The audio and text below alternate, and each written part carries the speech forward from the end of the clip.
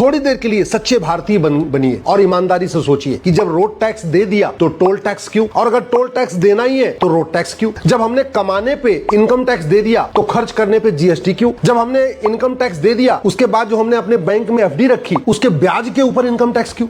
इस घटिया टैक्स मकड़जाल के कारण सब परेशान, लूट हो रही है, भ्रष्टाचार हो रहा, लेकिन ये सिस्टम नहीं बदला जा रहा है। अगर सरकार चाहे, अगर समाज चाहे, अगर सब लोग मिलकर आवाज उठाए तो भारत में सारे टैक्स खत्म करके वन नेशन वन टैक्स लागू हो सकता। जरूरत ही नहीं, ना इनकम टैक्स की जरूरत है, ना टोल टैक्स की जरूरत है, ना रोड टैक्स की जरूरत है, ना वैट की जरूरत है, ना टीडीएस की जरूरत, ना इनकम टैक्स डिपार्टमेंट की जरूरत है क्योंकि नॉन प्रोडक्टिव डिपार्टमेंट है, ना जीएसटी डिपार्टमेंट की जरूरत है क्योंकि भी नॉन प्रोडक्टिव डिपार्टमेंट में कोई योगदान नहीं, केवल पैसा इकट्ठा करता है। और सरकार को मैं कह रहा हूं, जिसमें वन नेशन वन टैक्स की बात कर रहा हूं, सरकार की इनकम दुगनी हो जाएगी और जनता का टेंशन खत्म हो जाए। 100 रुपए से बड़ी नोट बंद हो जाए, 5,000 रुपए से महंगे सामान का कैश लेन देन बंद हो जाए और 50,000 रुपए से महंगी प्रॉपर्टी आधार से लिंक कर दी जाए तो भ्रष्टाचार खत्म हो जाएगा, टैक्स चोरी खत्म हो जाएगा और उसके बाद केवल 2% एक्सपेंडिचर टैक्स लगा दिया जाए। इतना ही करना है, बहुत ज्यादा नहीं करना, मतलब जितना ये मकड़जाल है कानून सारे खत्म, आम जनता भी खुश और सरकार की आय डबल दुगुनी आय। मैं कह रहा हूं सरकार इस सिस्टम को लागू करके पायलट बेसिस पे एक बार देख ले,